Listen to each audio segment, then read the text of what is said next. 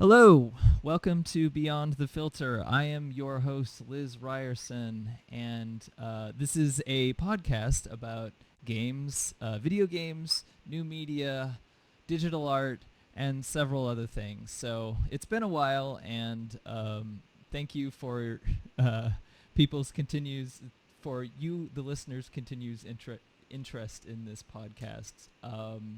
Anyway, uh, so I have here Lana Polansky, a writer, game critic, journalist, now organizer, artist person, and friend to talk about video games and politics, and specifically leftist politics, because we're both coming from a more leftist Marxist perspective. So I think we were talking a bunch before recording, so I think we'll just like go ahead and launch into it. So if there's anything you wanna, hi Lana, Hello.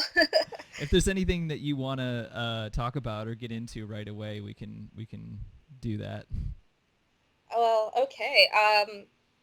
So yeah, I'm sort of a jack of all trades. And I've been working in sort of on like the periphery of the space for a few years, like 5, 6 years, might be more now. I've lost count. Um, and do a lot of independent work, and I do some contract work. Which, if you ask some people on the internet, you know, degrades and mars me for life as an irredeemable Murdoch plant. Uh, but it makes the rent. So, but I think that I, a lot of people have that kind of story about themselves, because people who work kind of in the press or sort of on the fringe of things, if you're not employed at major corporation, then you're probably in the precariat. Um, so I'm just one of many cogs in that machine, and part of the general structure of games is towards the proletarianization of formerly skilled forms of labor. So that's definitely something that we can talk about in more detail if you want. Yes. So you were working on an article about the voice actor strike a while back. Are you still working on that? Yeah, it's I have enough information that I've gathered to probably write a book at this point. Wow. Uh, and it's one of the challenges with it, because I spoke to so many people, um, is knowing what to cut, first of all, because I'm sure that even with the internet, I'm sure that I'm going to be given some kind of word limit for this. Mm-hmm. Um, but I am still working on it. It has been quite a long time, and I'm sure people at this point have probably given up on the notion that I'm ever going to finish it, but I promise I will. I was actually working on it last night. Um, Cool. Do you want to give a little background into the situation and sort of what what you were interviewing and talking with people about? yeah, it's a little bit complex, because I'm using the SAG-AFTRA strike as sort of a launching point to sort of talk about labor conditions, but specifically attitudes in the games industry, and what's the mental block that keeps people from actually forming unions, and forming like free associating with other workers, and actually talking about a labor movement. Um, so the SAG-AFTRA strike is, in so many words, it's a strike between basically the only union presence in video games, which is SAG-AFTRA, which is more of, they come from more from Hollywood, and they represent, actors, voice actors, motion capture actors, people who do all that kinds of stuff. And they contract out to video game companies, where they're because they have a union, because they're all union people. They have the unique opportunity that other workers in the video game space don't really have, which is to actually make demands, and to force companies to actually comply with certain work regulations, and payment regulations. Um, Other kinds of workers in the industry don't have this, and so there's quite a lot of resentment, and to a certain extent even jealousy about SAG-AFTRA going out and wanting to like renegotiate their contract with, in this case, a group of companies that, for legal purposes, have sort of banded together and are calling themselves the video game corporations. Um, and basically they're asking for uh, better work regulations in terms of safety notice for things like if they have to strain their voices to get proper notice for things like that. It's being framed in the media as asking for residuals, but it's actually not residuals. It's a bonus for work that in a lot of cases goes unpaid or underpaid. So they're asking for a few things like that, and they've moved to strike because negotiations were kind of stalling in a few really key areas. And a lot of the sort of mainstream reaction that we've seen from people who maybe are not executive members of the video game space. They're maybe not managers or executives or anything, but they still occupy figurehead or leadership positions as developers and level designers and stuff. And you've seen some of these people saying stuff like, well, why should they get, these great bonuses, or why should they get all of these new perks if we don't have those things, if we don't have like paid overtime, and if we don't have job stability? And these are actually good questions. The answer to all of them, of course, being, well, because you don't have a union and you don't organize. And a lot of the people that I spoke to, most of whom, I won't say their names here because the vast majority of them spoke to me under condition of anonymity, but a lot of the people that I spoke to actually do hunger for some kind of movement to happen. But the conditions of the industry are such that either they're outside of the space where they feel like, they can actually collectivize with other people because they're in direct competition with their own peers. So that's sort of on the independent side of things. Or they work at a company where they know that if they are the person who starts, stirring the shit, so to speak, that they will probably just end up fired.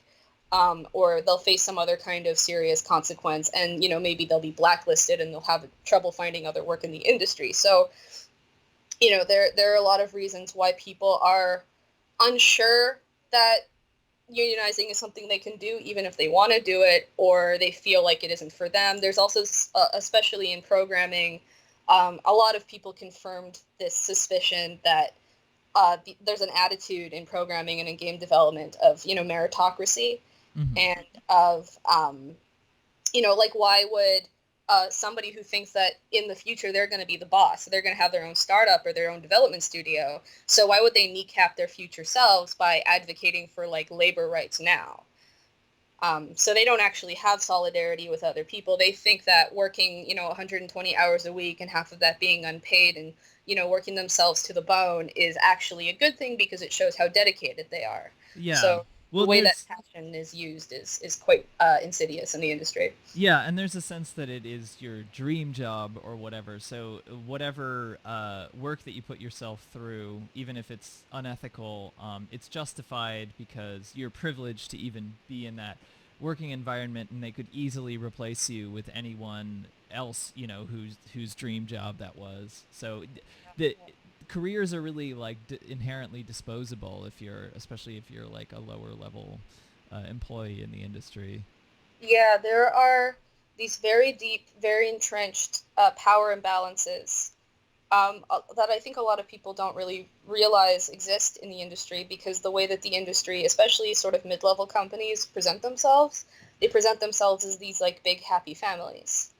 And the sort of underbelly of that is that if you have a complaint against your big happy family, that's when the dark side comes out. It's very Like that's cult-like.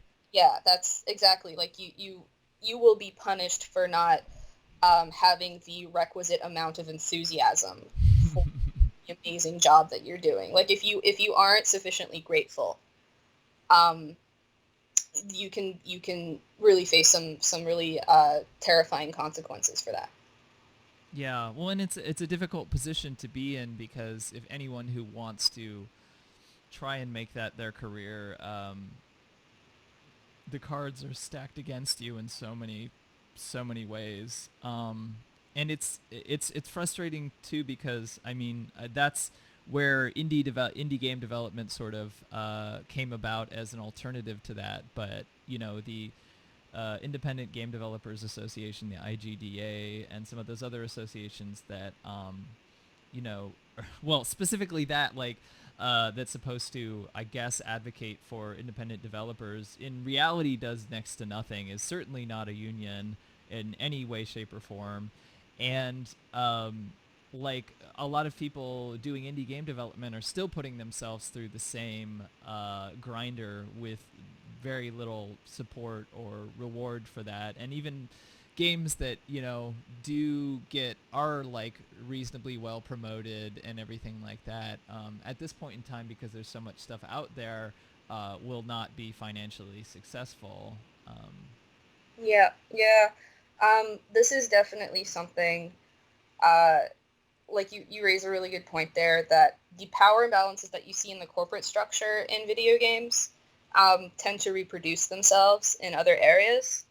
And it's something that something a lot of people also kind of, and they use pretty much these words to describe it to me, is something they all admitted, which is a lot of it is like self-imposed, because everyone just kind of thinks that this particular way of doing things is just how things have to be, and there's no real alternative. I mean, like, this is quintessential like capitalist realism, right? Like, there is no other way of doing things, so we have to do things this way, even if, you know, I never see my family, even if I have horrible back pain and headaches, even if I'm working myself to death and not making any money. Like, you have to hustle constantly, and you have to find sort of a niche and latch onto some kind of zeitgeist. Um, and you kind of, it's very like you, I feel like a lot of entertainment industries work like this, but you kind of have to be in the right place at the right time. It's very, very fickle. And it's something where a lot of independent, well-meaning, lovely people will do this to themselves. I do it to myself because it's like working in a fiefdom almost, where a few people hold all of the power because they control all of the platforms, and everybody else is just looking to sell their labor power to whoever will take it and at whatever price. And that drives down your market value as a worker. And because, particularly when you're an independent and you're freelancing or you're doing contract work, um, like I said, you're in direct competition with everybody around you.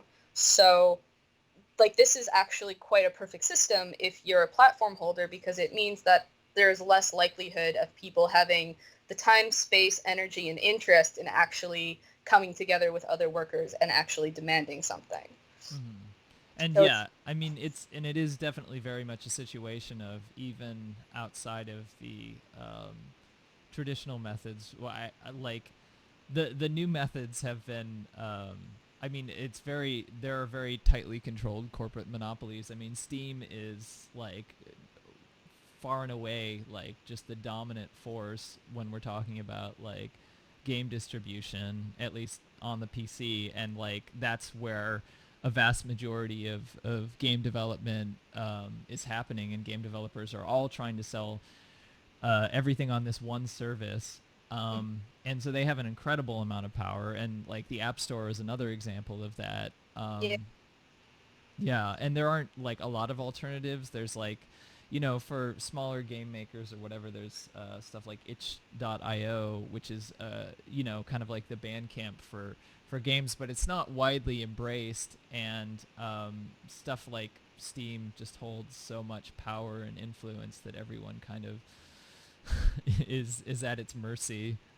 pretty much, yeah. And I feel like it's sort of a shame that people don't pay this kind of attention to the labor forces, really the corporate forces at work in video games, because it really is like the perfect little, you know, diorama of like what happens when you have a totally neoliberalized industry that has no labor movement, where workers are completely alienated, where um, even the most like left-ish mainstream opinion is usually one of voting with your dollar. So, uh, you know, like Gamergate, like the people in Gamergate have existed for a long time, and they were basically, their whole identity was basically created by corporations. I mean, this is well established information. Um, and so where they sort of tried to position themselves in one way as like a consumer revolt, right? Um, because the industry itself is so consumer facing, and it's so about the customer is always right and giving people what they want, and, you know, pandering essentially. And which is why when they look at games which are sort of alternative or which try to tell a story that's different from the typical story in video games, they have no other way of processing it than to think, well, now the industry's pandering to those other people. Mm-hmm. And, like, well, they used to pander to us, now they're pandering to women and queer people and non-white people and, whoever. And in a sick way, I don't want to give them too much credit, but in a way they are hitting on something which is true. They have a horrible way of synthesizing that, and the conclusions that they draw are reprehensible, don't get me wrong, but they are correct that the industry does take advantage of popular narratives or popular political movements of zeitgeist and tries to capitalize on it. And it's usually not to the advantage of actual people working in those spaces who are, from this or that vulnerable group. It doesn't do much for them in terms of their prospects or their working conditions. Yeah. So I'm glad you brought up Gamergate, because I was going to obviously bring that up and give some background to it.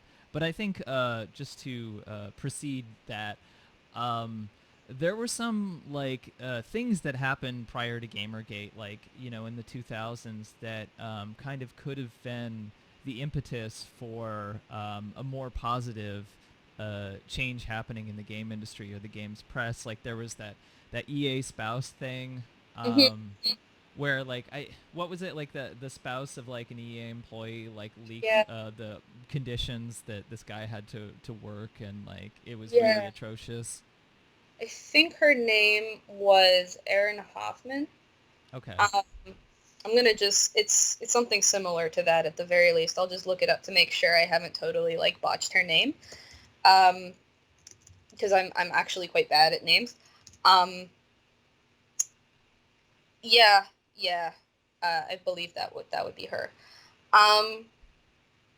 So basically, a few years back, she exposed the working conditions that her husband was suffering while working for EA, while working for on a project where he was doing crunch, which is a nice way. I mean, it's actually not a nice way. It's a horrible word. But basically what we're saying when we say crunch most of the time is unpaid overtime, which is, again, something that you're supposed to be just happy to do, because otherwise you're not passionate enough. You don't care enough. And she actually did expose quite a lot about what was happening to her husband and what it was doing to him physically and emotionally. To be so overworked and actually not properly compensated for it, and to not really ever see his family, to not really go home. There are well-known accounts of people who sleep at their studio desk. Yeah. It's just not worth it to go home, and they'll do this for, a span of 3 months or something. Yeah, I think that's actually, unfortunately, pretty common. Yeah, and it's actually treated as though this is not only normal, but actually preferable. Yeah, it's something that you can brag about, I put myself through this, And there's very, very little consideration of the fact that, maybe you don't have to do this to make a good video game or to prove that you care. Maybe this is actually exploitation and abuse. But it's kind of like a Kool-Aid that everyone's kind of imbibed. Well, not everyone, but, enough people. But yeah, so I feel like that EA spouse thing happened sometime in the mid-2000s. I'm not sure exactly when that was. Yeah, but it was the early 2000s. Okay. But and EA has a negative connotation among gamers, for many reasons. But that's still something that that sort of helped create that. I think EA has had a bad reputation for a long time, for many reasons. So that's one thing that even the most gamergatey gamers will be like, EA sucks. They treat their employees bad, and they usually they're more focused on the consumer advocacy end, and they ship broken stuff. Yeah, sorry, go ahead. Well, there is a chain of production, right? There are elements, there are nodes in that chain of production that people don't even realize are part of the video game industry. They don't realize that this is a part of making games, and that's that can include a resource extraction, which is incredibly brutal and has historically been something that tech companies like Sony have actually they have blood on their hands because they have actually been involved in the perpetuation of conflicts in conflict zones, what are called conflict minerals like coltan. They've been involved in the perpetuation of these conflicts between, like warring communities in order to get better prices on the resources that they need to, make PlayStations and shit. Yeah, wasn't there like there was an escalation or like there was a war almost that in the Congo that was Yep. caused because of the demand for coltan, like and it was like used specifically because of the demand for PS2s, Yeah, like. it was literally specifically because they needed coltan to make um, the hardware for PS2s. And the outcome of this in the Congo was incredibly, incredibly deadly.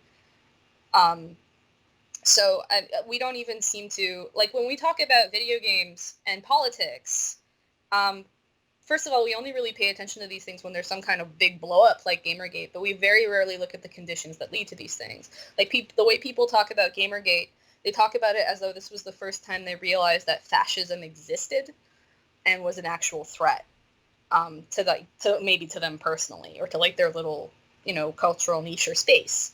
Um, but if you look at what was going, like, Gamergate exists in the context of things like the recession and Grexit and Euromaidan and all of these other things that were going on where, like, the way that people talk about Gamergate, the way that people write about it, they talk about it as though Gamergate was something that foreshadowed the rise of fascism rather than something that was already reflective of the rise of the rise of like neo-fascism, and how Yeah. it's one facet of a very complex web of things, that's really kind of indicative of a crisis of capitalism that's happening, that's taking place within this rather small cultural space. Like, Yeah. this cultural space is one more site in all of the sites that the right is using to recruit people and to spread their message. Yeah, I think what happened, at least like I noticed a cultural shift and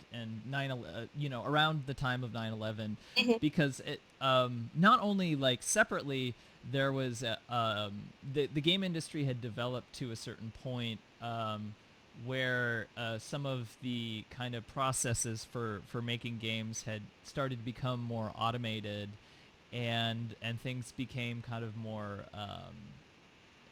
I don't know, like the process was more kind of like pinned down or whatever around the time in the early 2000s, and then there was a focus on like console hardware and kind of making everything fit within that kind of framework. So like some mechanics or ideas that existed in some like weird PC games from the 90s, for example, kind of tended to get smoothed out. But then there's also like just in terms of culture and society, there's an escalation after 9/11 of like pro-military propaganda, and there's spending for from arms manufacturers and from the military towards like this kind of jingoistic propaganda like Battlefield or Yeah. Call Yeah. of Duty and that kind of stuff, and that's had and the amount of like resources that have been put into that, that's had a huge effect like on recruitment, and also I think kind of you know causing uh, more radical sort of right-wing extremist ideas to start to really develop. And it's also, I think, that's around the time that games kind of uh, started to try and go towards more realism and more realistic narratives and abandon some of the abstraction of earlier stuff.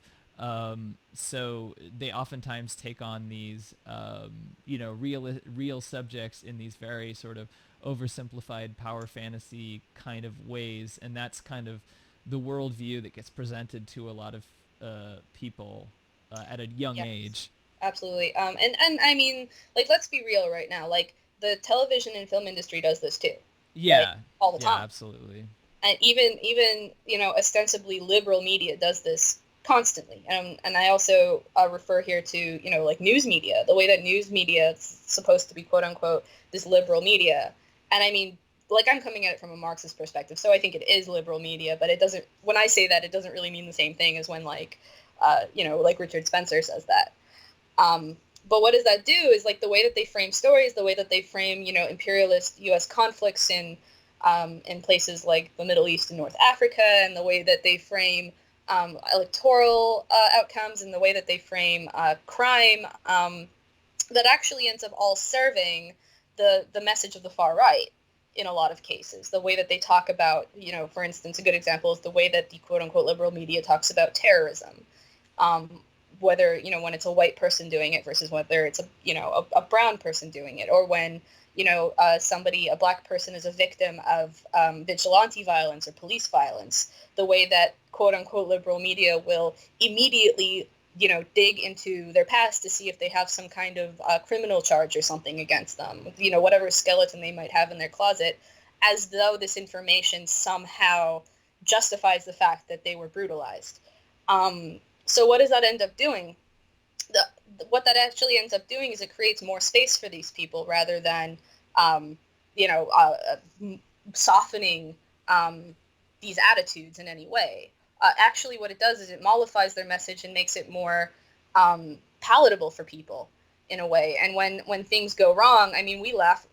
Liberals like to laugh about economic anxiety, but when things do go wrong in capitalism and things aren't working, obviously people look for scapegoats.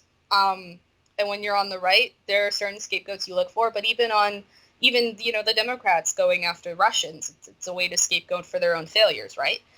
Um, so like the media is absolutely complicit in spreading a message of the far right, while also kind of downplaying the role of capitalism and the role of these systems in failing to constrain and to control it. But even failing to even properly mount a resistance to it when it becomes a threat again. And the way that we talk about these things, the way that we talk about like Gamergate, or we talk about any other kind of far right movement, mass movement that starts to rise up, is we talk about them as though they're just bad people who believe bad things. And Yeah. they're like a product of their conditions. Like Gamergate didn't happen in a vacuum. It didn't happen just because people are bad or because they consume bad media, although that is part of it. That happens because the entire dynamic of the way video games are made and produced and consumed is a system whereby the worker has no real say or power in what happens. And what that ends up inevitably translating to is that the most vulnerable people who are doing this work have absolutely no power whatsoever, and they're ripe for abuse. And these companies want to promote an image to the world of being safe, happy places, or these big powerful juggernauts. So what ends up happening is they spend 30 years cultivating this group of people who are really really invested in the product, who are just a constantly tuned in audience. And when something goes wrong, when a game doesn't as good as they want it to be, usually because of bad management practices more than anything else, what ends up happening is that these people, these trolls, these gamergators, go out and they attack people. They find individuals to attack. So that actually serves a purpose in the industry. And this isn't a conspiracy. This is just basic self-interest, where gamergators will go out and punish workers on behalf of corporations. And that's actually the purpose that they serve. And Yeah. that's actually kind of why, while the height of this was going on, I think most corporations and most platforms had a pretty hands-off approach to Yeah. they actually dealt with this. I mean, or if they did do something, it was very kind of surface. Like it wasn't Yeah. anything to kind of actually improve the situation. It was just like, oh, I'm sorry, we're sorry that this is happening or whatever. But no, there's no level of admission or responsibility. I wanted to go back for a bit though, just because I think like one other element that I see of this like far right sort of element being so closely tied into games and the internet and like nerd culture also is that like I think it's been a cultural space that has been largely sort of frowned upon.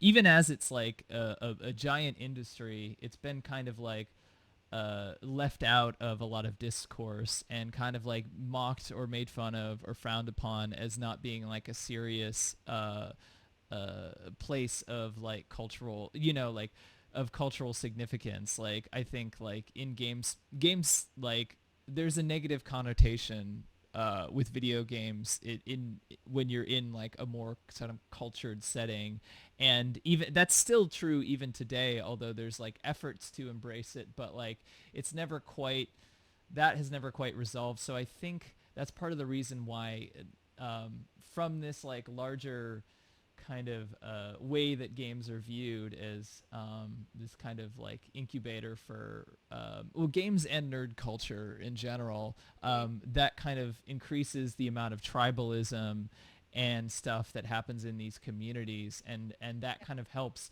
radicalize and build towards uh, something that becomes ends up becoming like a greater political movement. And I think that's something that had been happening, since the 90s at least.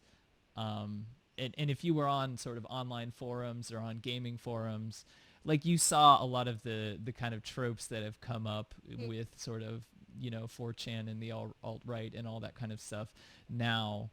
Um, but a lot for people in a mainstream context, they don't understand that because they've kind of viewed that as being to the side. They don't really like, Yeah, it's yeah. not something that they're aware of, and it's something that is often frowned upon. But I also think that like there were moments with going back to the EA spouse thing, and also like the thing where like where the games website Giant Bomb got started because this games writer Jeff Gersman wrote a negative review of this game. I think it was Kane and Lynch 2. Remember this? Yeah, Yeah. that had been and the publisher, I think it was, I don't know if it was Ubisoft or who it was. I forget, but like the publisher had an ad on the website for that game, and then they published a negative review of the game, and he actually got fired for publishing a negative review of that game because the publisher had, an ad on that website. So he started his own website, and that was a big deal because it shows how much like basically the games press serves as PR for the industry. And again, this came up with the Dorito Gate sort of thing. Yeah, yeah. Dorito Pope. Yeah, where Jeff Keighley, who's a game journalist, there was a picture of him interviewing, I think it was like a developer of Halo, and he was sitting there next to this like sort of product placement, like Code Red Mountain Dew and like Doritos, and I think it was, oh god, what's his name? Who does Video Gaiden and other stuff, Rob something or other, who used to write for Eurogamer. He posted a piece where he's like, this is the image of games. It's like this dead-eyed man sitting right next to like Doritos and Mountain Dew, and like we should be seriously like concerned about this. And that caused sort of an identity crisis within game journalism, and that happened like a couple years prior to Gamergate, but nothing ever really happened of substantial measure to kind of discuss and think about these things. But it is within that sort of context that, and also within the context of like indie games and the fact that there's this more positive narrative being played with indie games, and a lot of people are like, well, why isn't my game successful, why is this indie game culture excluding a lot of people. I think it is in that context in the last few years before Gamergate that is like what that was an immediate response to. Yeah, yeah, like I said, I think we have a tendency like to like individualize the problem, and like we'll talk about various kinds of intersecting prejudices, but where that actually ties into material conditions is something that in general like we don't, as a culture, like we don't like to talk about how like liberal democracies make space for fascism. And I think in games there's like a little bit like a microcosm of that, where we don't like to talk about like how the conditions of the industry and how it's deep corporatization and how it's it's deep neoliberalization of the way it thinks about labor, which is not at all the way that this also kind of like makes space for these like obsessive reactionaries, and how the same companies that we keep wanting to try to save us, like we keep demanding that companies represent this or that, how, you know, they are invariably complicit in, as long as they are, I mean, from my point of view, their continued existence. But as long as they're still allowed to exploit people in the way that they do and to promote the messages to people, like they'll talk out of their mouth, out of one side of their mouth to like one group of people about how, you know, pro whatever they are, like, you know, how they're, you know, they value all of the queer people in their company or whatever. But on the other side of it, they're still promoting the same ideologies and producing the same labor practices that uh, just make people so ripe for abuse and attacks, and really do nothing to halt the problem. Um, so they don't really like, you can't keep looking to like these corporations and to this structure to make any like real commitment to like material changes that would vastly benefit people and improve their lives, because it's just not in their interest to do so. It's not in their class interest to do so, which is something like we just don't talk about in games at all. um, and it's something that I really want to bring back to like just bring to the surface. Like the reason why we have like the continued existence of like all of these different groups of people who are suffering from profound inequality in their job prospects, in their employment prospects, but just also how they are able to like operate, navigate through the video game space, like how people who aren't like white men are able to like navigate the culture and why it's so hard for them. A lot of that comes back to material conditions. um, and we don't really make the connection between the two. Like Yeah. you can't just like shoehorn people of a certain, you know, demographic into a game and like sell that game to people, and then that fixes everything. It doesn't fix anything. And I'm Yeah. not saying representation is bad. I want more people with more different experiences to be able to create whatever the hell they like, and not to be like, you know, pegged into like one little narrow category of what they're allowed to talk about. Um, but it doesn't. It serves as like a palliative for a much deeper problem, and it also tends to try to like absolve, you know, these companies of their responsibility and their complicity with these issues. And um, yeah, so I guess part of what it comes back to, it's the basic thing of like bringing it back to, instead of like thinking of it in terms of like moralistic or individualistic terms, thinking of it in terms of like the whole system is completely rotten. Um, Yeah, I mean, I think about that in terms of like also like a big thing with Gamergate, which they just sort of abandoned because I think it was a convenient like line that could be used, you know, at the beginning to get a lot of people interested and into the the that movement or whatever it was. It's about ethics in video game journalism, and like the thing is, like there are serious ethical problems with oh video yeah, there game are tons, journalism. tons and tons of ethical issues, none of which were actually discussed. Yeah, it's the ethical issues are what came up with Dorito Gate and this giant Bob thing, where the game journalism is serving as a PR sort of arm of the industry, and it is in no place to challenge anything that the industry says or does, or provide any alternative towards that. But I guess because some like queer, you know, some person's like queer person's twine game got written about, you know, one time in Kotaku or Rock Paper Shotgun, it means that there's like this like, you know, collusion in the industry. It's the most sort of vulnerable population of people who were making kind of things very much on the outside of the industry, very much not supported by the industry, and we're just getting a little bit of recognition in some of these mainstream outlets, became the scapegoat and the target. Yeah, yeah. Um, yeah, absolutely. And one thing that I kind of want to bring this back to that you sort of mentioned before was the fact that, like, because video games, I mean, they are still, even though they're like this multi-billion-dollar industry, and but the very little is actually understood outside of that space about how these things are made and how they work. And a lot of that is partially because like people don't think it's really worth paying attention to unless something like big and like, you know, headline worthy happens.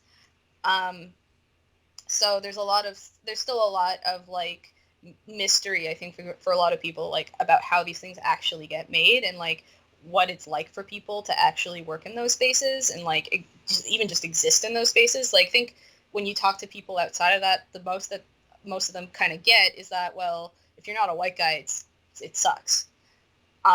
But like, that's really the extent of it, and I don't think people really understand exactly how deep this goes. They don't understand that it basically sucks for everyone. Yeah, It yeah, just yeah, sucks for some people more. yeah. And for some people, you know, they're reaping a considerable profit over that, over how much those power imbalances exist and continue to exist with very little question. From I mean, there are people in the press who do that kind of work, but usually independently. Um, or if they do write about it, they usually have to go outside the games press to actually publish that kind of stuff. And even then, maybe not, because maybe uh, there's no interest in looking at that. But I think that's a missed opportunity, because first of all, because the industry is just this, like I said, this like perfect microcosm of like a totally neoliberalized workspace, which is going to be dealing with stuff like automation and globalization and the increasing proletarianization and precariousness of the work. Um, and so you every once in a while, like, you do get a good piece on like Kotaku or Polygon or wherever, um, to actually talking about these things, but it's not that consistent, and it's not that many people doing it. But Yeah. that is like a positive change of like seeing more of that stuff starting to happen. The problem that I see, and one of the big challenges for me while I'm writing about this stuff, is like there's a tendency to look at these issues in isolation, like Hmm. they aren't part of like a bigger like nexus of issues. Um, there's a tendency to look at like something like EA Spouse, or the Kotaku surveillance story, that was, I think, Austin Walker wrote about a little while ago, or like the stuff that Mark Searles writes about or Dave Walensky writes about. There's a tendency to look at those things and look at them and go, well, that's not my experience, so it must not be a real problem. They just had a bad experience at X company, and it's like it's not really like an issue that people need to pay attention to. Yeah. Um, Yeah. That is very true. and so like that's a big challenge too. I think a lot of it is an attitude thing as well, of like, well, I basically think this is good, or like I don't really recognize that I'm being exploited or whatever. So I don't really need to pay attention. Like, this is just stirring the pot. Like, it isn't like a serious issue. Um, The one thing though that I will say, because this is one thing that I wanted to talk for a while about, is I've actually had more luck, I feel like, getting people in games to start kind of, and I mean, like, the sort of audience that I have, or the reach that I have, is obviously very limited, and it's obviously going to be like oriented towards people who already have similar politics to me. mhm. But like, I have had more luck getting people around sort of the video games realm interested in leftist politics than I have uh, appealing to people who are sort of in the more kind of established leftist sphere to pay attention to video games as like Yeah. a valid issue. I For and that's I find that frustrating, just because like video games do have a very huge role in this sort of like current reactionary movement, Right. and I think Yeah. it's kind of and they're an avenue through which like kids are being radicalized, um, and I think that's like super important. But it's very apparent and obvious to me how much that is tied in with everything else. But I think a lot of people on the left who are sort of from a more traditional activist, academic, organizing background don't really see those intersections and kind of just ignore them. And I think to their it's a very bad to ignore these things. Yeah, I think it is a missed opportunity as well. Basically, because if you're ignoring that, but you also understand that, and not, again, not to give like too much credit to media, or to like, because again, we like when we talk about video games and politics, we have a tendency, and I think the purpose of this is to um, try to reestablish the importance in our minds of like video games in the world, which I think can be Yeah. in itself like really problematic. which it isn't really about talking about the role video games have within capitalism or within political spaces, but it is the purpose of which is to just sort of force politics into games to make games seem more important than they maybe are. But Yeah. at the Well, same the problem is that it's already a very significant cultural space that's being ignored, not that it needs to become yeah, the major push for something else. Like, I think if, I think it's yeah. both sides of the same coin, right? Like I don't think ignoring it is a good thing because obviously this media is used for a lot of people. I mean, it's like a fantasy space that they play in and where they can idealize like certain ideas, especially when it's pretty like well established. Like because there are people who actually do like sort of like taxonomies of like far right spaces and especially how they coalesce on the internet now. Because everyone's coalescing on the internet. That's why.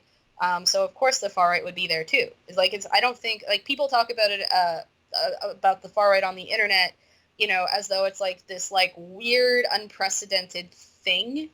Like it's totally unexpected, and it's like why is it any weirder for them to be on the internet than anybody else?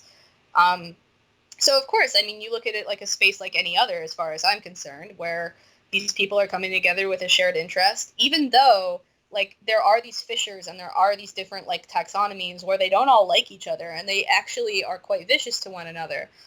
So if you're looking for like little fault lines in terms of like where to like break up their solidarity, like that's a good thing to pay attention to. Um, Well, yeah. I mean, and if you just look at the raw numbers that some of the YouTubers who pay attention to video games and talk about them, kind of the views that they get and the sort of community that they attract, and the fact that a lot of them are really targeted at kids in particular, like yeah, yeah, it's hard for me to ignore that, like, or yeah, see yeah. that as being. No, that makes perfect sense. And I think also this is a like back to the conditions thing. Like it is maybe a little bit suspicious that the people who are the most recognizable faces in video games that are put forward the most are also the people who are the most likely to evangelize about video games as a space and have very conservative ideas about not only the craft and of the arts in general, but of everything. Um, like that isn't terribly surprising, right? That the sort of social cultural conservatism would align perfectly with this idea that like video games are the greatest fucking thing since sliced bread. Mm-hmm. Um, and that there's no problems in the industry and like there's no reason to criticize it. Like of Yeah. course that corporate interest aligns perfectly with reactionary attitudes. So those are the people who are the most likely to be YouTube famous. Again, YouTube a space which is not unionized at all and where everybody is in direct competition with each other. Yeah, well, in YouTube, some at some point I want to see if I can get somebody who's like a bigger YouTuber to do a show about this, just because like that space is really like um, a lot of people who are famous YouTubers don't nearly are forced to sort of pump out content at an enormous rate, Yep. and aren't necessarily don't necessarily get that much money for it, and it's to YouTube's benefit more than anyone else's, and a lot of them burn out like tremendously because it's really bad for their emotional, physical, and mental health, Yeah. both being hyper visible and forced to work and do all this stuff themselves, like, and promote themselves. It is an incredibly destructive thing. Right. And so I feel like if you're like a leftist and you're interested in, like well, ultimately like building socialism, but like making headway into like building something and like changing people's attitudes, but you're not paying attention to like these sort of pop culture spaces, I feel like you're really missing out because like that's the future of labor. That, Yeah, and that's what it looks. exactly. And I mean, like, traditional organizing is incredibly helpful, and it is wonderful that the left has been putting more and more resources to doing just practical on the ground organizing. That will always be like, if probably that will always be the number one thing. But like that doesn't mean, I mean, the landscape is changing and the tactics have to change, and like we have to look at the space as it exists Mhm. and adjust accordingly. Right. So imposing theories or ideas about organizing that worked 100 years ago are that's not going to work anymore. You know, take what works and use it in the present, of course, but like we also need to pay attention to this stuff. And I guess that's just the frustration that I have, is in that, like, I think I also think, like, I mean, one issue that I have with the sort of more leftist academic, um, I mean, I guess this is like, I'll try and make this relate to video games, but there was a piece on Jacobin a while ago, and like I love Jacobin as a website generally, but like this particular piece was basically trying to basically implicate trying to implicate the alt right, so trying to implicate postmodernism for helping like the rise of the alt right, and saying that we need to kind of go back to a more kind of classical Enlightenment sort of rationalist framework, Right. and That like was going around for a while. yeah, and if you actually look at these community, like I wrote an article about uh, a sort of how I wrote something like kind of the opposite. It's not the greatest. I mean, like I don't think my critiques were as developed as they could have been in some places, but like the but anyway, the general gist is that like I feel like if you pay actual attention to these communities, um, there is a huge like there's a huge intersection between sort of the alt right and this kind of skeptic, scientific skeptic community, and there's also like when I wrote this article and I saw like some GamerGate subreddit posted it, a lot of people were trying to say like, well, actually, um, this analysis is very postmodern, and that's basically why it's bad. So people like within the within that sphere are calling out postmodernism and saying it's bad. So the idea that the alt right is sort of embracing postmodernism, and that's kind of it's like it's not true, and it's like not the sort of the kind of way that people in those communities actually talk about those issues. And I think that's like important because if you think about games, like I think a lot of these leftist rationalist, or a lot of these rationalist ideas that kind of form the basis of a lot of leftist thought, like if you talk about philosophy and stuff, come from literature, and they come from writing, and they come from this idea that you're making an argument and placing it sort of objectively.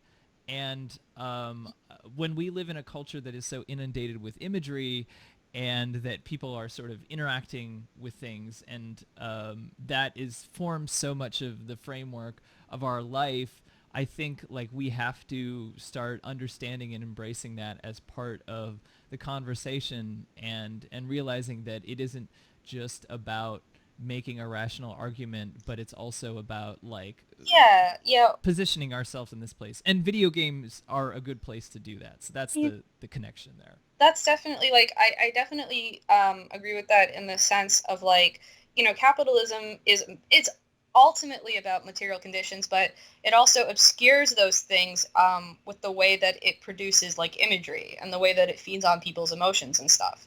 And when a lot of postmodern stuff, I feel, can sort of aid in that obfuscation, unfortunately. Like it kind of Yeah, definitely. purposes, but I think it's still worth it to study it, because a lot of it is the purposes of it. Like if you're looking at the Frankfurt School stuff, or if you start looking at some Derrida, or some of the newer guys, then you're also looking at people who may be inadvertently servicing those things, but who are also observing something about the cultural moment that's worth paying attention to, about how people consume media and how people interpret their relations to others and their role in society. And so, I mean, you have to do that with a certain critical distance so you don't get like lost in the mire yourself, but you still kind of have to engage with it. And you have to engage with like where people are at and how people think, which is kind of a challenge So like particularly like in MySpace, like in video games, not on MySpace, but in uh, Yeah. uh, like like how like looking at how like tech operates and how people think about themselves when they work in those spaces.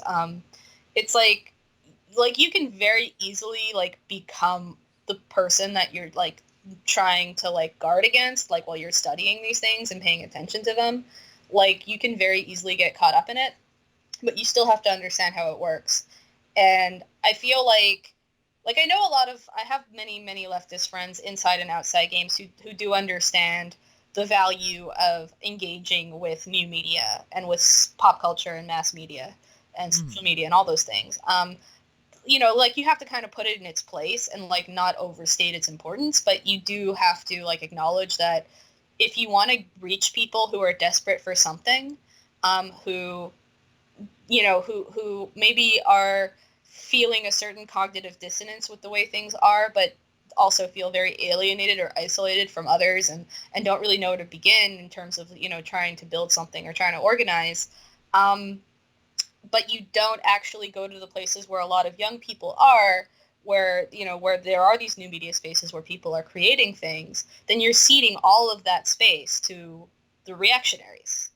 You're Mm. just deciding that video games have been sort of like colonized by these people, and so there's no value in it anymore, and we're going to completely dismiss and give up that space to those people. And Yeah, and that has a horrible effect. I mean, I've yeah, seen that happen too with some kind of music spaces that are kind of outside of the mainstream. Like I've seen, I've gotten sort of connected to some of that stuff more recently, and I've seen how many sort of right wing extremist kind of attitudes are around in those spaces, and it's like it's definitely a thing that happens at the behest of, I think, part of the I think people like Steve Bannon and stuff knew that hmm these spaces were a good way to reach out to people and radicalize them, because they were being largely ignored by. yeah, yeah. And they needed that that charismatic figure to come in and sort of give them like Gamergate, that gives people who have existed in the space for 10 years, but it gives them a name and it gives them a banner.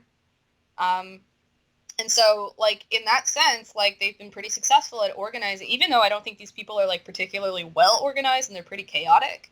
At Yeah. least they have like a sort of common collective goal. Like I don't think it's a very tenuous alliance, and I don't think it's stable, but it's a little bit better even in some ways than what we have right now, which on the left, where we have this really entrenched left factionalism, which we really don't have time for right now.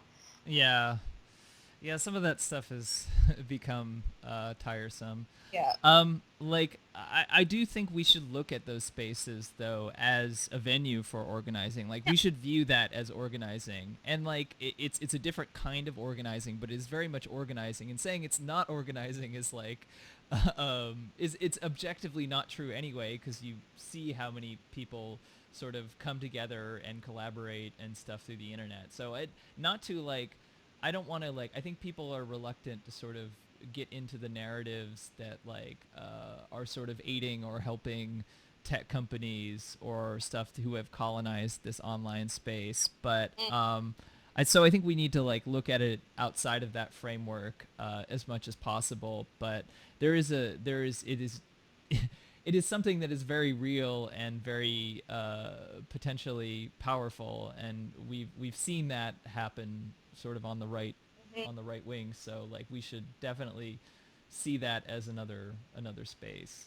Yeah, I definitely think that that's true. And like there are like video games are like any other kind of media, right? Like I mean, and not in maybe not in like the formal technical sense, if we not where we're having that conversation right now, because like I don't think I have the energy for that.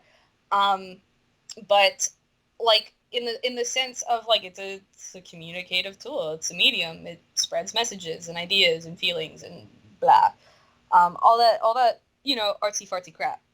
Um, like if it's true of music and movies and television, then it's true of video games too, right?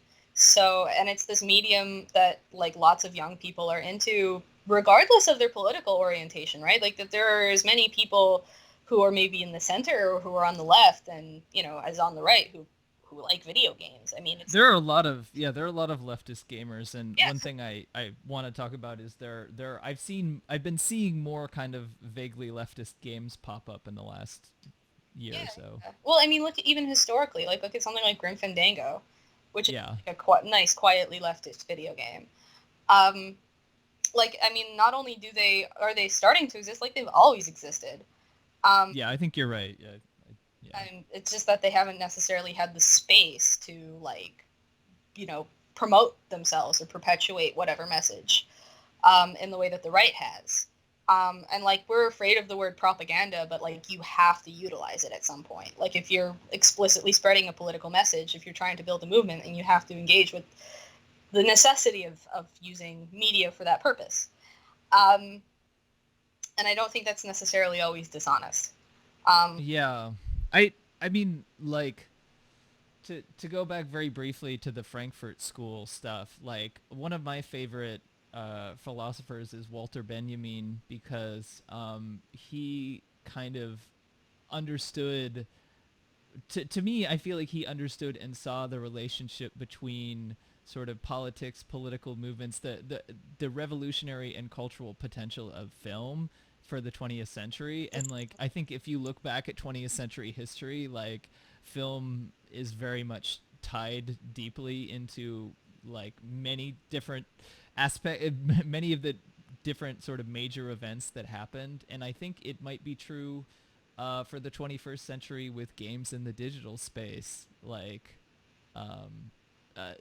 there's a similar sort of intersection, and it's sort of it's so what I'm saying is it was definitely a thing in the past, and it continues to be a thing. And I think that's like I think that was really it's really sort of prescient in a lot of ways. But yeah, anyway. yeah, I mean, like yeah, these things have been going on for a really, really long time. It's just that they don't necessarily get the attention that they maybe deserve. Um, and anything that happens in games is just a reflection of wider culture anyway, I think, too. Like, and I think that in itself, like, you don't have to give games any special importance to realize that that in itself is worth paying attention to. Like, Mm-hmm. as a medium, it's going to absorb things in the world around it. Not all of those things are going to be good, and those things are going to be like it's a feedback loop. So those things are going to get reflected in the media and the way that that media is produced, and then just sort of like fed back to the people who consume it. So it just creates like a cycle. Um, so like yeah, you can definitely trace a history of how these things happen and how it got this bad. It's actually not even that hard. Like that information isn't particularly hidden. It's just that nobody really talks about it, pays attention, Yeah. because people don't think it's worth the time because it's it's video games. Which again, big mistake. Because these things aren't going away. So, I guess I wanted to ask you, since you brought up Grim Fandango, what are some kind of significant video games that have sort of a leftist perspective that you can think of off the top of your head? I think Deus Ex Machina is really good. The spectrum the ZX Spectrum. Yeah, that one's really good. There are a lot of like little weird indie ones that I like a lot. I haven't played it yet, but I've heard Night in the Woods is really good. Yeah, yeah, Night in the Woods. I have not played that either. But as far as other indie games, one game that kind of made a big splash at the Independent Games Festival in 2013 was this game, Cart Life, Life, yeah. Cart Life. which is Sure. yeah, and it's about sort of the struggles of just making a living, being working class, and it's basically the impossibility of it. Yeah, It's not like a fun game, but it kind of realizes that on every level, and I think it just kind of disappeared. It like it won a bunch of awards and then just kind of disappeared, and I feel like I've yeah, seen that happen to some of, the most interesting works that have done that. There isn't sort of a larger movement to embrace it, so it just kind of goes away. yeah. I mean, I think that like Molly Industria, Paolo Pedercini has like carved out a pretty good space for himself. but at the same time, like I think he's an academic, and I think he does his research at like UC Berkeley. No, he's at Carnegie Carnegie, Mellon Carnegie Mellon. in Pittsburgh. Yeah. Yeah, so he's at Carnegie Mellon. So like he can kind of operate in that space because he's got the material conditions. Like he's Yeah. to do that, but he does make really good games. Um, yeah, I would look at Molly Industria stuff. Yeah, Unmanned was another game that kind of made a splash for a while. What was that other game called? I have this dream, the same dream every day, or something like that. I don't know if I know of that one. That one's pretty good. But yeah, there are a few other small indie games. Like there's a game that came out just this year or the end of last year called Diaries of a Spaceport Janitor. Yeah, Um, I have every day the same dream is what it's called. okay, cool. But from playing Diaries of a Spaceport Janitor, that kind of it kind of presents itself in this kind of Cartoon Network style, colorful aesthetic, and you would think it kind of is a more traditional power fantasy, but then you kind of find out that your character all you do is pick up trash and burn it, and just kind try and scrape together enough to survive while you're in this very colorful world where all these other adventurers are doing all these wonderful things that you will never get to do. Like you never get to do that in the game. Yeah. And you're like permanently cursed by this like skull in this game, but it has this like very cutesy aesthetic. I really like the sort of contrast between the two things, and I don't think I've never quite seen anything like that.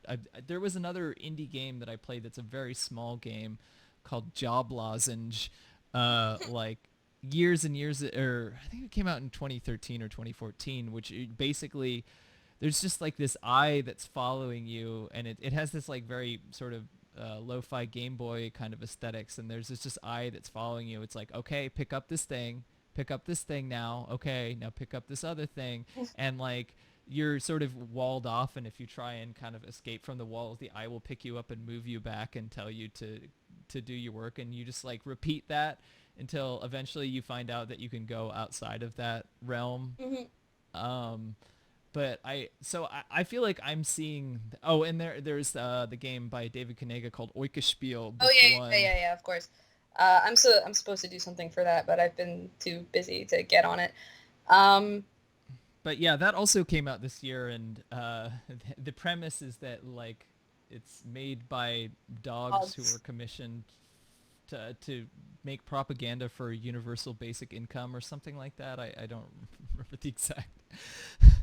But yeah, there's a lot of like class and labor stuff that kind of intersects into this very weird, abstract game in a really interesting way. So I feel like I'm seeing more and more kind of leftist stuff infiltrate into games, or at least more people are aware that that is a thing that exists. Mm-hmm. Yeah, there's another one that I played not that long ago called Crisis Theory. It's pretty good. Crisis Theory it's basically like it's like a flow chart where it basically like every node in the flow chart is like an element of a capitalist system where you have like primitive accumulation, and then you have like labor exploitation, and you have like like it's basically just a feedback loop. And the purpose of it is you have to like balance all the element to keep it from going into crisis mode. But this is like the more you play the game, the more you realize this is not possible. So you're always going to enter a crisis no matter what you try to do or how you try to like balance the different like nodes in the flowchart. So you're always going to end up with like too much debt, or you're always going to end up with inflation, or you're always going to end up with like some horrible, like you're always going to end up with like environmental pollution that is just like an untenable amount of it. Like there's always going to be something. That also makes me think of a game by Stephen Lavelle. What was that game called? Opera Omnia. Yeah. Where you're sort of you're like a historian or professor, and you're sort of commissioned to make a scenario in which these certain things that have happened historically happened, and then you sort of end up becoming complicit in like sort of larger oppressive genocide through like serving this kind of institutional role of being, drawing out these maps or scenarios of this like historical event. I don't like that's a really abstract description, but I think like there have been other games that have like kind of showed the roles between systems and kind of acting with the system and Mhm. how they oppress or dehumanize people. Yeah, there have been a few games like that. Trying to think now, there's this one, I played it so long ago that I can't remember who it's by, but basically it's a platformer where the entire level, each level is made out up of like internet ads,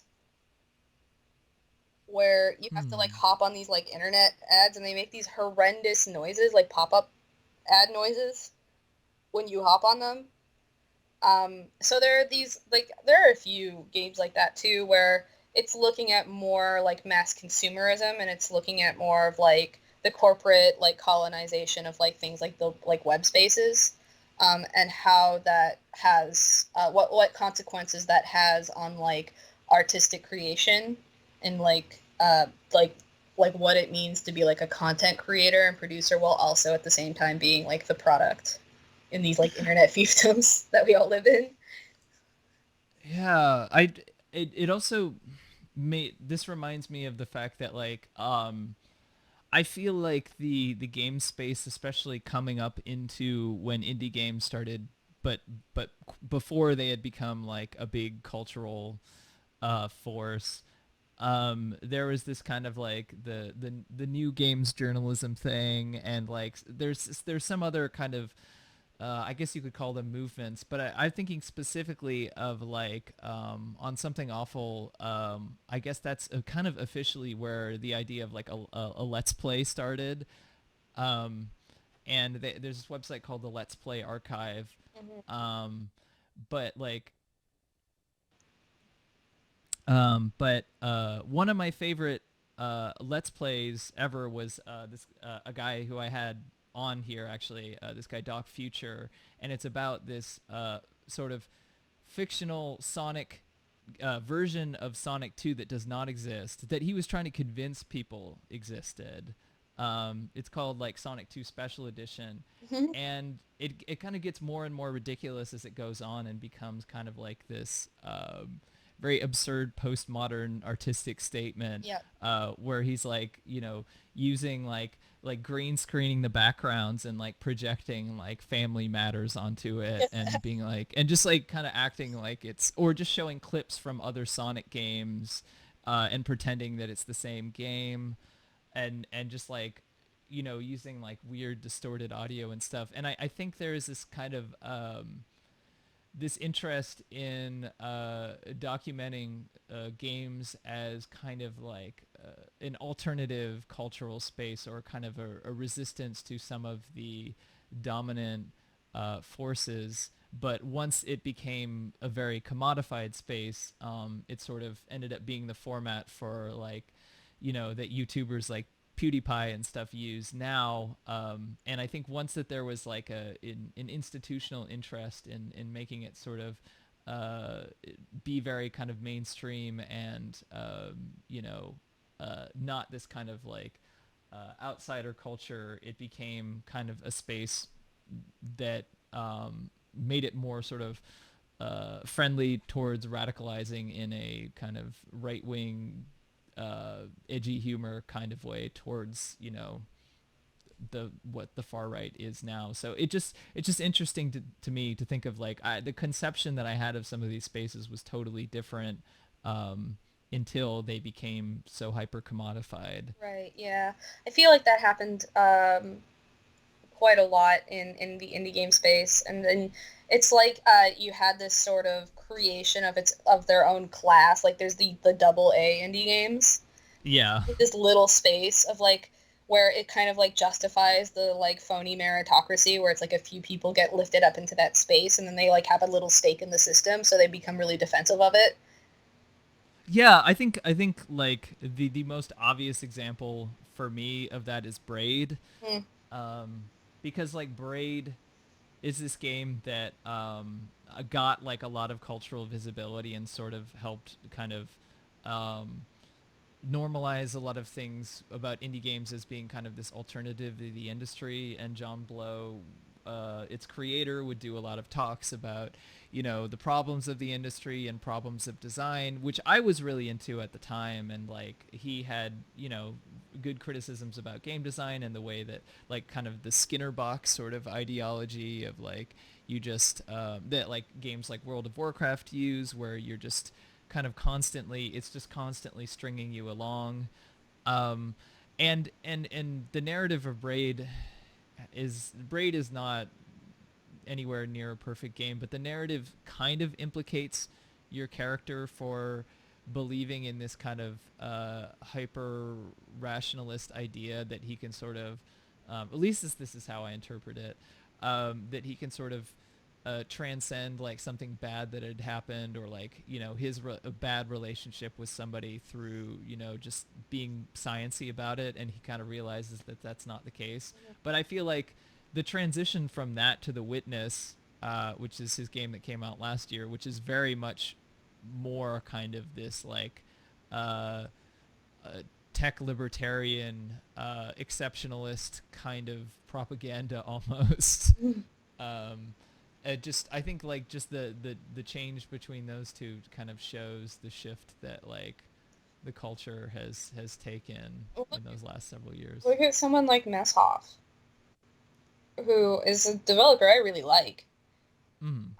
But like they made Nidhogg, which owns, um, and which is, I mean, it's still like kind of like weird, but it's still palatable enough. Like it has enough, you know, gaminess in it where it's like, if you're just like, you know, gamer who is not necessarily interested in the fringe stuff, like you can still kind of get into the like ludic aspects of it as like a fighting game. Um, but it's still one of those things where like people see it for the first time and they go, "That's fucking weird." So like, there's no real language to talk about some of the like even just the aesthetics that are in it, which is really unfortunate. And it shows you how conservative like video games are as a culture still, where that's still like a hugely difficult thing, which is like ridiculous to me because you can make worlds that look like anything you want. Um, Yeah. Yeah, and some of my favorite games still are like some of the earlier indie games, like there's some stuff like La La Land well, and like, Owns.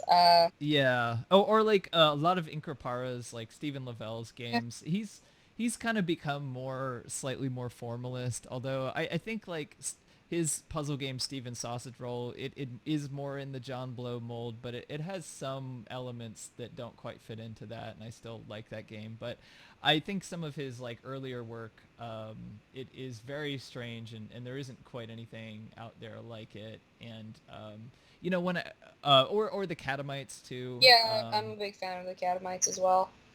Yeah, and these are all kind of styles and stuff that they have their sort of cult following and whatever, but those were kind of the things that got me interested in indie games, and now are often not very visible compared to, you know.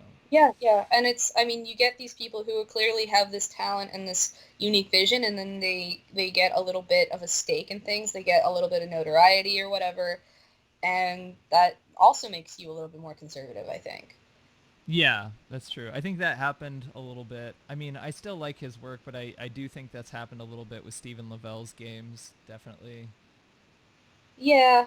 Um, Also, the witness thing kind of reminded me of like this is a good example of like how like that double A space will like reproduce the attitudes that like exploitation is really good and you should do it to yourself. Um, Mhm. when that game was in development and John Blow, this is how fucking goofy video games are, but like Jonathan Blow tweeted a picture of what like really suspiciously looked like a piss bottle, and like the implication of it was like I've been working on this game so hard that I've been pissing in a bottle because I can't go to the bathroom. Okay, so if you actually play the game, there's an ending that has that in it, and it kind of it's actually in the game. And it actually seems to criticize that element of games culture. Like, but the that sort of self criticism is so kind of toothless that it's hard to actually interpret. Yeah. But that was actually, I think, intended as like a criticism, but it's like it's kind of like a it wasn't a very clear or coherent criticism. No, it was one of those like pose law things where because it wasn't like an explicit criticism and because so many people in the indie space do actually think like that it was really easy to just take it in earnest, like 100%. Yeah, and I mean, like John Blow will contradict himself. Like he will say something that you will think that means he's like more aligned with, against sort of these practices and this kind of meritocracy ideal. But then every other element of his character will show you that he actually totally believes in that. Mhm. So that's a weird aspect of his work that is very hard to kind of conceptualize or break apart. But like I think at the end the effect that it has on the culture is like a net negative. Right. um I think that speaks to like a certain sense of dissonance. Like there is a certain kind of discomfort that I think a lot of people have. Um, like something that sometimes people will do is like romanticize like these morally pure workers who just do their job and sell their labor and they're just victims of the system, but they don't have class consciousness. They don't have um, which is most even among the working class isn't true, right? Because they're closer to it than anybody else. So they definitely realize that they're being exploited, but there's a difference between that and feeling alienated or disempowered. And I think in games too, like a lot of people do realize like what's going on, and in mm, some ways are able very effectively to articulate it, but they also have a hard time conceptualizing a possible alternative, or feeling like it's worth it to fight for it, or mm, like will in some ways rationalize it to themselves, like yeah, this is fucked up in some ways, like I have constant migraines from like cluster headaches that I get from working 150 hours a week, yeah. or some a million hours a week, some ridiculous number, Yeah. and I haven't been to the bathroom in 4 months, but I'm wearing an adult diaper and I'm existing on a diet of Slim Jims and Gatorade. Or Soylent. Yeah, or even better, Soylent. Soylent, which is Yeah. basically botulism because the factories aren't regulated properly and they all have mold in them. And I know multiple people who live off of Soylent, and yeah, so it's definitely a pretty honestly, widespread thing. it's probably more nutritious to drink cum. So just do that. And hey, at least it's a warm meal. Um, But yeah, I think like it's also talking about this is it's good to indicate that there has been, and I mean this is something that you've been doing a lot of work to try and highlight with a lot of frustration, and I share your frustration. There has been an alternative to the sort of corporatized monopoly spaces like Steam or the App Store. There was like the website Free Indie Games that existed for a while, and there was like a lot of people who were focusing more on the free sort of space because getting onto Steam was difficult at the time. So you saw like a lot of interesting ideas, and that's where like Increparo and the Catamites, like most of their games are free. Um, but then Steam kind of opened up, and that sort of, and people, were also not getting sort of careers out of the free games that they made.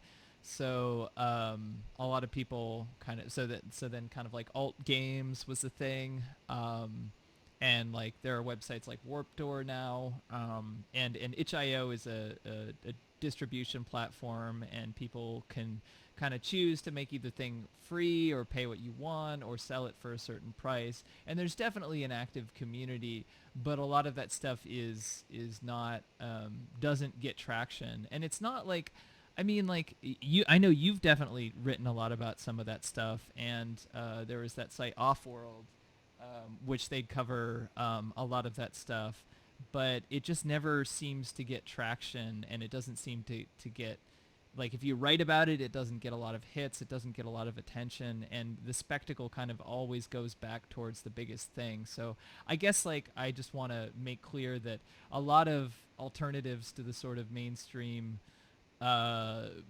the problems of the mainstream cultural space exist, but they're not supported. And I don't know how we do that, but we need to find a way to do that, I guess. It's one of those things that's really hard because like the people who are the most interested in actually building those spaces, in a lot of cases, like even if you pull resources together, still don't have like the time or like the capital to even try to like build something like that.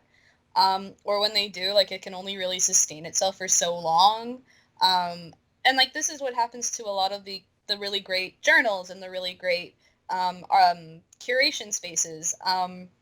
Eventually, people just burn out.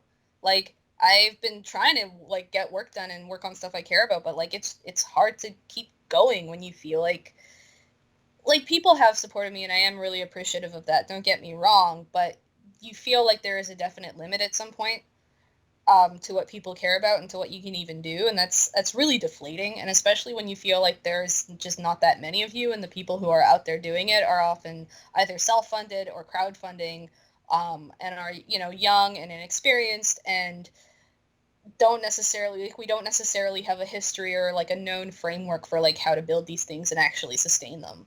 So a lot of the times like they either don't really materialize or they come together but they're not stable and they don't really survive.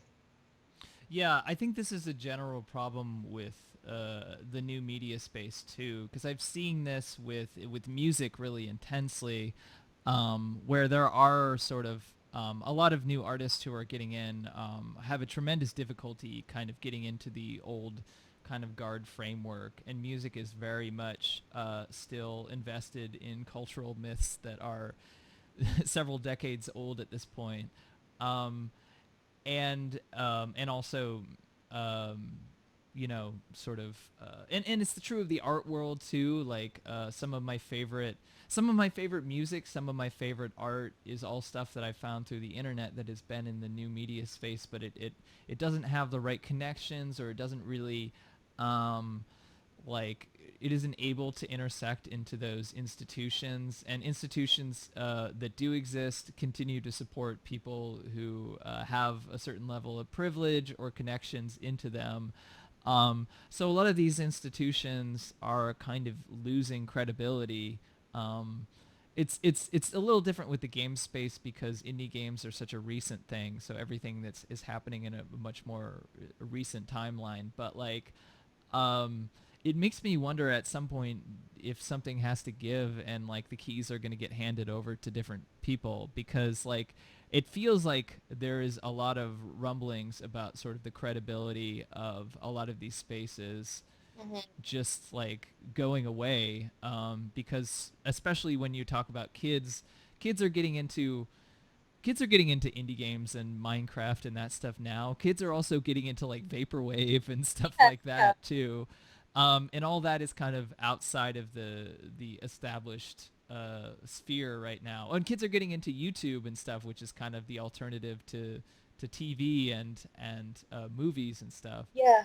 Um, so like, I don't know. At certain point, the keys might be handed over, but they're being handed over mostly to these gigantic tech Yeah. corporations that have so much power and influence. So I don't know Yeah. how And we honestly, find a way to do that outside of giving them so much power. and the thing too is that they have all this power and they also don't recognize actual value in investing in like the arts. Like they Yeah. want to do it with the least overhead humanly possible.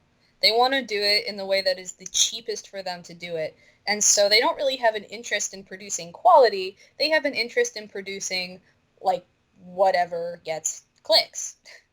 Yeah. It's a race to the Mhm. bottom. It is a race to the bottom. And it's also like you kind of see this too with like the way like um sort of black pill people, which is something that they talked about on one of the recent chapos, and like a lot of these sort of like fashoid like gamer reactionary people, like they want to talk about art, the art of video games as though it's like the greatest, like every single video game is better than the Sistine Chapel kind of thing, like Yeah. better than anything that's ever existed. But they don't actually like engaging with art, and they actually don't think it's important. It's more just a way to like it's like something that they can use as a evidence to the world that they have culture, but not that they actually care about engaging with it. They don't, and it's something, it's like a fantasy spaces for them to play around in, but they don't actually have any real interest in like like the fundamental elements that are required for like artistic creation and production. Like they don't have any interest in recognizing a value beyond even just the monetary value of artistic creation. um, they think studying the arts is stupid and a waste of time. They don't really care all that much about literacy, which is pretty obvious considering how they tend to interpret things that are written down. Um, like they don't actually care about any of that stuff. It all comes back down to ego, and to the sort of like insecurity that they have with regard to their own identity. But like there is no real concern about like the kind of thing that would create like a sustainable artistic like production, like something that where most of the power would actually be in the hands of the creators, where you would maybe have like in a broad scope like state funding for these kinds of things. Like here in Canada, we have like the National Film Board will produce games and stuff like that. But there's no really broad culture of that. Even in video games where you have contracted off indie studios, like they're still not really. In a lot of cases, it's still something that's like, well, somebody got like VC funding and then like sold their game to like a platform for a royalty, but they're still not really making back the value in most cases. Yeah, well, and it's still a matter in the game space of people that I talk to trying to get that VC money, Yeah, either in games or in VR and stuff, because that's where all the money is coming from. yeah, and so there's no from a business point of view, there's really no incentive for them to actually invest in like making weird art that may or may not sell. And from the cultural side, from the reactionary side of that, there's no interest in making something that doesn't immediately pander to their interests. Uh, Yeah. so it kind of just like a symbiosis of shit. Yeah, I think so. I think my the only thing that we can do within this framework is push very much against these tech companies while we still can, Yeah, while we still have the rights and the ability to do that, because they have a tremendous amount of power and they're going to use that as much as possible and are using it as much as possible. So we have to push against and cause dissent among people who work in tech, which is also a huge, which is why like labor organizing is like a huge thing, and it's becoming a thing with Tesla and the United Auto Workers recently. And I think those are tremendously good venues to kind of drive a wedge between tech workers and this sort of ideology, because it is very powerful and it's kind of like a very yeah, culturally dominant ideology now. So I feel like we need to do that in games as well. We need to put pressure on these companies and also do whatever we can to support some of these kind of smaller, more interesting works, even if they don't maybe necessarily are, even if they're not necessarily political. I think there's an interest in promoting works that are free or that kind of are more sort of personal and more and less sort of easily commodifiable. We have an interest in sort of supporting that. So yeah. I guess, and I guess that's really what we have the power to do right now. Yeah, and I think a lot of it is also like rejiggering our perspective away from like the output and like the commodity and the consumer side of it so much. Because even on like sort of the liberal leftish side of it, like most of the conversation comes down to, is the product moral, pure, problematic? Does it have enough of X in it? Rather than looking at the labor side and the conditions that produce these things in the first place. And looking at like, well, maybe the reason why games have been kind of exactly the same in the last few years is because of the way they're made. And maybe that's why like we like they'll maybe like put a few little bit of scraps here and there, they'll change some stuff here and there, but like the fundamental structure is pretty much exactly the same as it's ever been. Um, or at least in, in the last, decade or whatever. Um, so I think a lot of it comes down to like changing conditions, but like changing the attitudes as well. Like I think like here, for example, not that long ago, I think like last summer, the taxi unions here basically forced Uber to comply with like certification and tax regulations by Mm-hmm. because they don't like Uber doesn't have a union. So instead, what you Yeah. had was like the taxi unions were coming out on their behalf. Um, and basically saying like if Uber wants to operate in Montreal, then they have to respect the same regulations that everybody else does.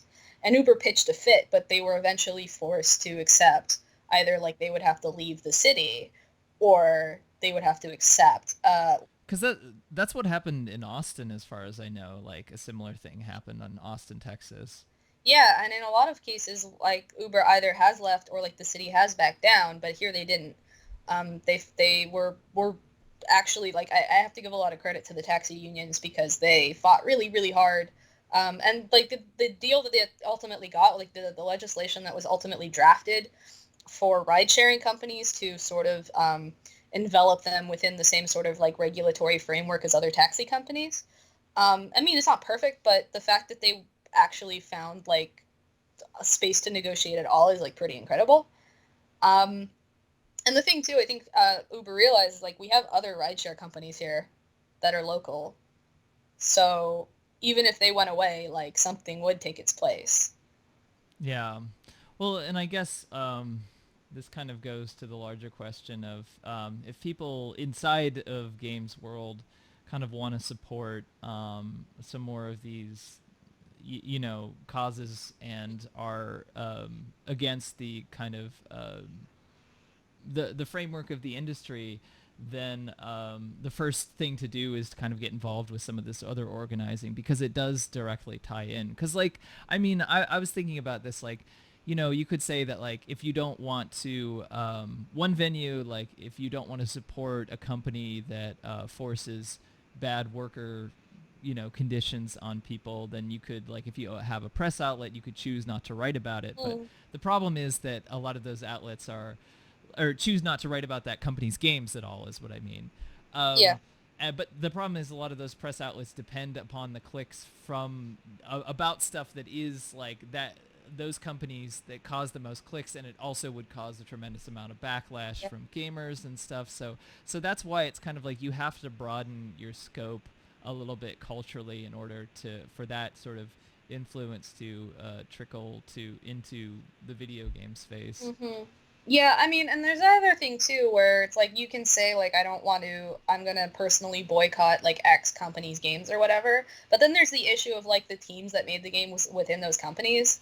Like I'm like I was super impressed by Breath of the Wild, but it's like okay, that's a game where it took longer than they said that it was gonna take because it's almost like when you're allowed to take time with something, it comes out better. If you don't like rush it to come out for like the Christmas season or whatever, it actually like Yeah, I mean that happened like what is like almost everyone like what is the internet's other favorite Zelda game? Ocarina of Time. Ocarina of Time came out 2 years later than it was supposed to. yeah, you and it's especially when with a project this size, like you have to take time with it and you have to have good management practices and so on and so on. And I think people like implicitly understand this. Like I don't like thinking about like games just in terms of a product. Like, oh well, if you have better working conditions, then you get better games. But Yeah. I think that's how you have to talk about it for like with a lot of people because that's the only way people really understand it. Is like when morale is higher and when people are allowed to take more time and work together in a way that's mutually beneficial, they tend to do better work. Yeah, and that is the thing that I do think gamers understand, but they can't quite reconcile it with other Yeah, things. yeah. And so I mean, there is from even from the consumer side, although like I am skeptical of it, like even from that side, like there is an interest in a very important interest in making sure workers have the right a bit like the ability and the right conditions to make what they're going to make. Yeah. Like you get better games, which isn't that what you want? Yeah, well, and that is a way to appeal to sort of some gamers or Yeah. whatever, or people working in the industry to at least get them start to engage with some of these issues. Yeah. And so like that was something like the way we talk about that game, we always talk about like Nintendo did this, Nintendo made that, and Nintendo made this decision. It's like it's not just fucking Nintendo, like as a Yeah. huge like multinational conglomerate. It's the team within Nintendo that made Breath of the Wild.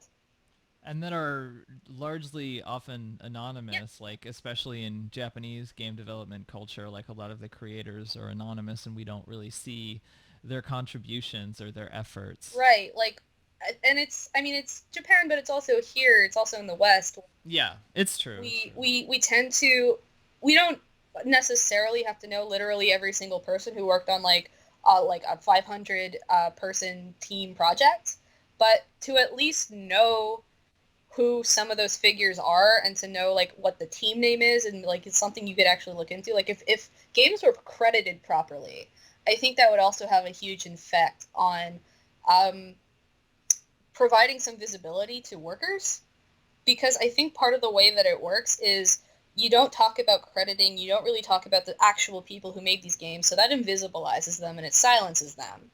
At the same time, the people who are the most pushed forward, like in press spaces on YouTube, the people who are, some like with the rock starism and with indie games figures and boy geniuses and stuff like that.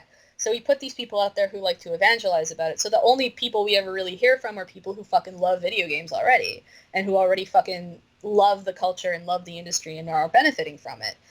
Well, yeah, and have an interest in promoting the way that things are Yeah, in this idea of meritocracy, especially in indie games. Like that promotion of meritocracy is very strong. yeah. And there's been some pushback recently, but it's still an attitude that is very dominant. So the point is that you're not even, like, your games are supposed to be seen, but you're not supposed to be seen or heard. And if you are somebody who you try to make yourself seen or heard, but you kind of go against the grain, you will be viciously punished for that. Uh, Definitely. you know, Um. Okay. So I guess I want to wrap up now because I feel like we've covered everything that I wanted to talk about. Um, I guess like one thing that I've engaged with a lot more, especially since I've been recording episodes, is and this is not. I mean, you've been doing actual real organizing, which is great. And I also had Darius on the show. The previous show, I had Darius Kazemi on, and he's been doing a lot of organizing work with housing advocacy and like tenants' rights and also Antifa kind of stuff in Portland.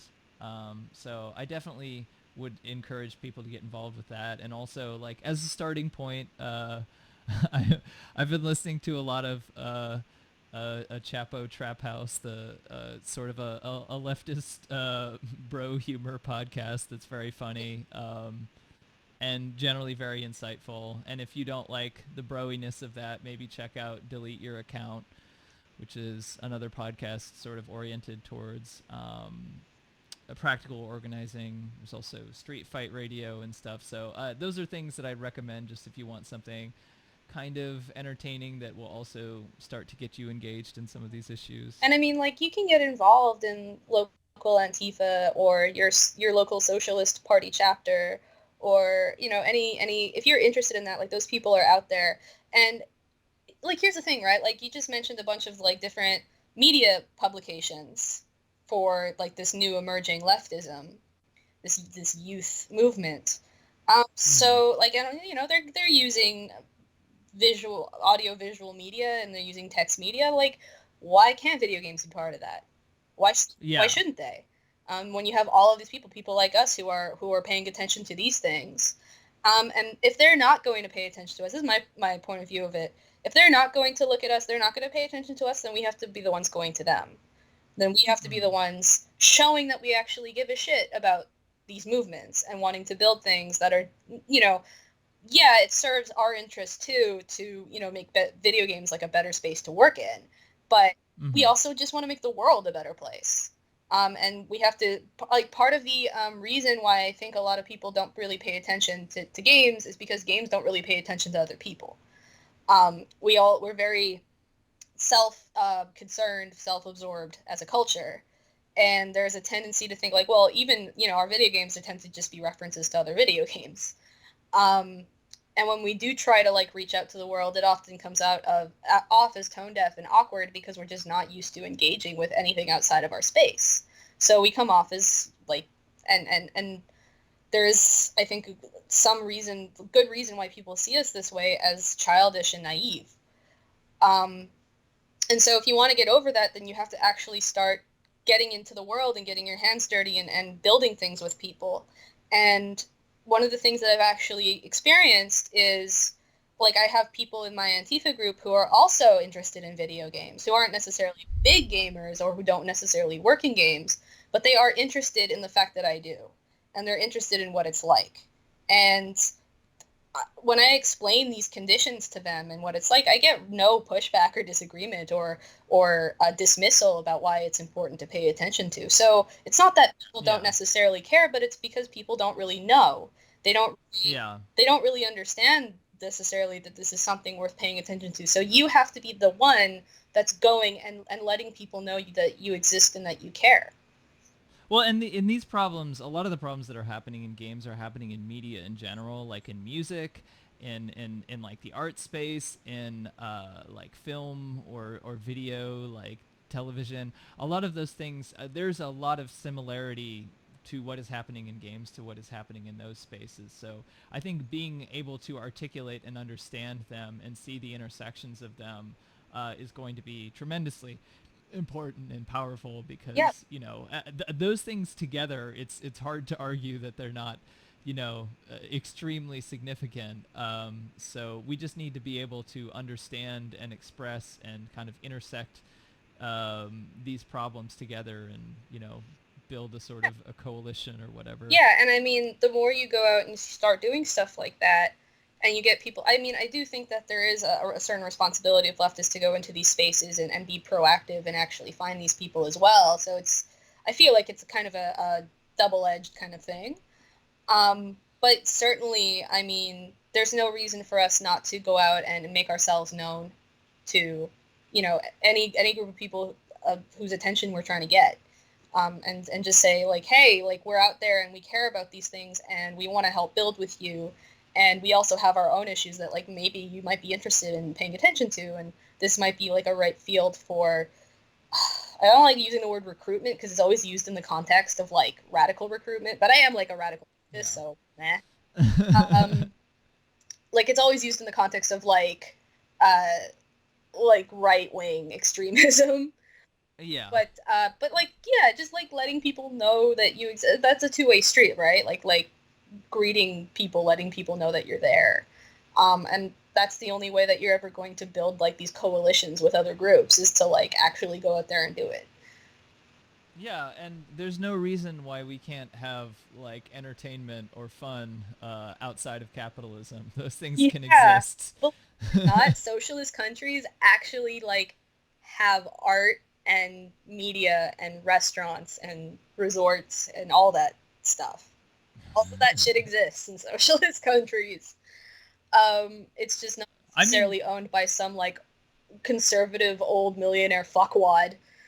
Yeah, well, and, like, I mean, part of the whole idea of having less work hours and more time to work on stuff is that we have more time to, like, sit down and appreciate art and culture and enjoy it, and also more time to work on it and share that stuff, and, like, and that we should be being able to spend that time engaging with that stuff. So I think and that's a direct result of advocating for better work conditions, less work hours, higher pay, Yeah, and always keep in mind, like, this romanticized idea of just, like, working grunts, like, working class people, proletarians who are just, 9-to-5 lunch pail. Those people certainly exist, but the idea that these people can have no solidarity with, like, other proletarianized, like, artisans and craft work people, or that they don't have any interest in the arts, is like a deeply offensive and condescending way of thinking about like poor people. Yeah, it's not true Not either. true. It's It's just not true. it's objectively not true. It's insulting, and like saying, well, we should cut PBS because poor people don't care about the opera. Well, like, no, that's absolutely not true, and it's also really, really offensive to say that. Yeah. Well, thank you for coming on No problem. I and enjoy talking. myself. I'm really happy that we got a chance to do this. I think it's a really important issue. Hopefully, some people will listen and start thinking about this stuff. I guess if people want to follow you on Twitter, you're at Mecha Poetic. Yeah, Is that correct? yeah. And my website is called sufficientlyhuman.com, but it is. Cool. I've had like server issues for a while, but hopefully, like I don't have the administrative power to fix those issues, but I'm hoping that soon enough those will be resolved. Cool. And yeah, it's been great talking to you. Hopefully, I hopefully want to do more episodes on this issue, or at least the intersection between politics and new media, because I think that's really sort of powerful. So stay tuned for that, I guess. And thanks again, Lana. No, thank you, Liz. This was great.